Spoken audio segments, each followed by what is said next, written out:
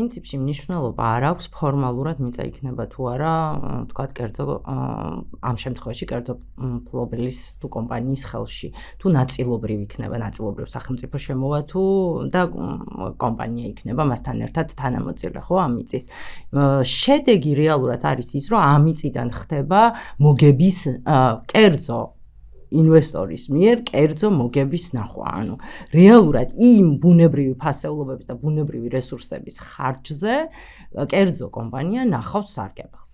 ეს ძალიან რაც არ უნდა ვთქვათ, იყოს აქ ნიუანსებით თამაში, რომ ნაწილობრივ დარჩება სახელმწიფოს თუ არ გასხვისდება ბოლომდე თუ რა სტატუსი ექნება, ვთქვათ, სარგებლობის, მიწის სარგებლობის თვალსაზრისით, ამ შემთხვევაში ვფიქრობ, რომ ამას რეალურად არსებითი მნიშვნელობა არ აქვს. ურბანული თვალსაზრისით აი ესეთ მნიშვნელოვან ტერიტორიებს, რომელიც არის მწვანე რესურსი, ბიომრავალფეროვნებით სავსე რესურსები, ქალაქების მიდამოებში, აქვს განსაკუთრებული ღირებულება.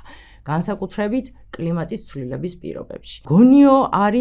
გონიოს ჭოროხის დელტა და ის მონაკვეთი ის არეალი შესული არის ზურმუხტის ქსელის ქსელში, ხო, რომელიც ბიომრავალფეროვნების თვალსაზრისით განსაკუთრებული ღირებულების არეალია. ვიცით, რომ კრწანისის ტყეპარკი სავსე არის გადამფრენი ფრინველებით და უნიკალურია ზუსტად თავისი ლანდშაფტის, სარეკრეაციო სივრცეების და ბიომრავალფეროვნების თვალსაზრისით და მე მახსოვს კრწანისის ტყეპარკმა პანდემიის დროს როგორ გადაარჩინა ბევრი ადამიანი, იმიტომ რომ ბევრისთვის ეს იყო აი ამ სოციალური დისტანციის და იზოლაციის პერიოდში ერთადერთი თავშესაფარი, სადაც ბუნებასთან შემხებლობა შეიძლება ქონოდა ადამიანს, ფიზიკური აქტივობა შეიძლება გაეწია, ეს აისახებოდა ადამიანების როგორც მენტალურ, ისე ფიზიკურ ჯანმრთელობაზე.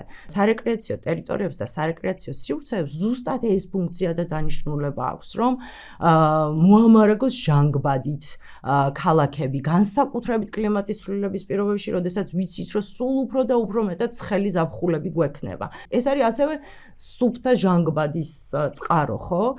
ფიზიკური აქტივობების ადგილია ეს სივრცეები, ეს არის სოციალიზაციის ადგილი, სადაც ადამიანებს შეუძლიათ შეხვდნენ ერთმანეთს და ერთმანეთთან გადაიკვეთონ.